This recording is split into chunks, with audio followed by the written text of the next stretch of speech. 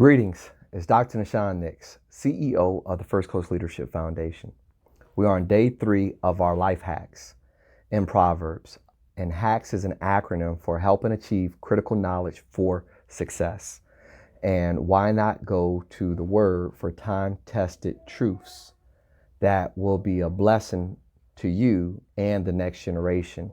When you look at Proverbs is pretty much instructions given to youth, young adults, children.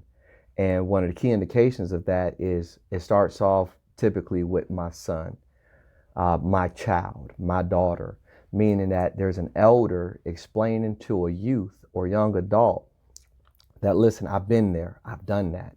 And based on my experiences, I want you to have a greater success. And you can have a greater success if you not only hear, but apply what you've been taught. So looking at Proverbs chapter 3, verses 5 and 6. Trust in the Lord with all your heart and lean not on your own understanding. In all your ways acknowledge him, and he shall direct your paths. A couple things I want to share with you. Trust.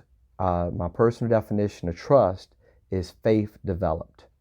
And you typically don't develop trust until you've applied faith.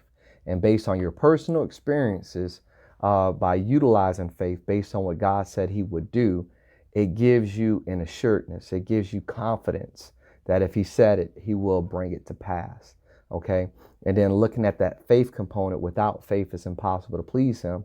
For those who seek him must believe that he is, and he is a rewarder of those who diligently seek him. So trust in the Lord with all your heart. And when we look at this, when we base our relationship with God on our relationship with people, there's a disconnect. There's distortion. There's a lot of distortion. Meaning that if you don't have a high regard based on the commitments that people have made with you, and they've made promises and they've broken those promises, obviously that would be a cause for distrust. But what God is saying is that, listen, I've kept every one of my promises. Not only did I keep my promises to you, I kept them to your ancestors. I kept them with your elders.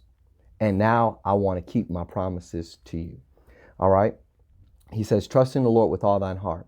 Another thing is, when you look at all your heart, the greatest commandment is to love God with all your heart, your mind, your soul, your strength, and your being. Okay. So it's hard to trust someone that you don't have a relationship with. So it's almost implied that you can trust me because you know I love you. All right.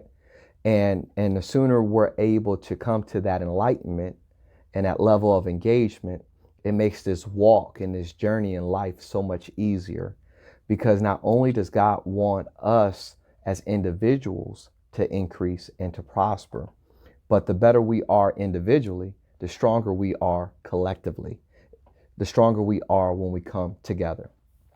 So trust in the Lord with all thine heart, or all your heart, and lean not on your own understanding. When I look at own understanding, it's dealing with assumption. And an assumption is basically the lowest concentration of information.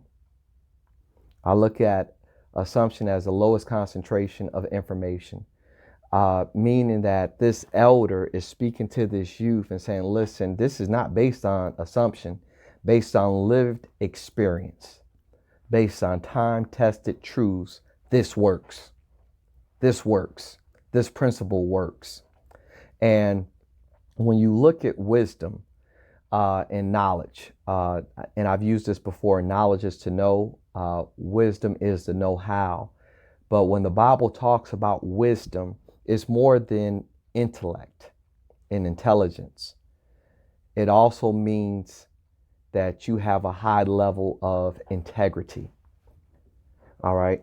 And basically, God has always shown integrity to man, but man hasn't always showed his integrity with God.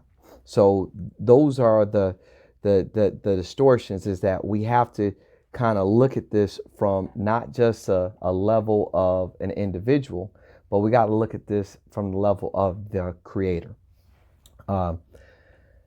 In all your ways, acknowledge him, and he shall direct your paths. When I look at this as like the consolidation, meaning that God already knows the desires of your heart. But typically what people like to do is they want to do what they want to do, and then they go and seek God when they don't have the right outcome. So basically, this is your SWOT analysis, your strength, your weaknesses, your oppositions and threats, and I mean this is your logic model. This is where you can kind of really dig in and say, hold up, let me seek God first, and if I seek Him first before I do, the results that I'm looking for are more likely to be successful. All right. And another thing is, He as in God will unify all considerations in one direction, which will save you time, gas, and money. So just keep that in mind. That's your life hack on today. God bless you.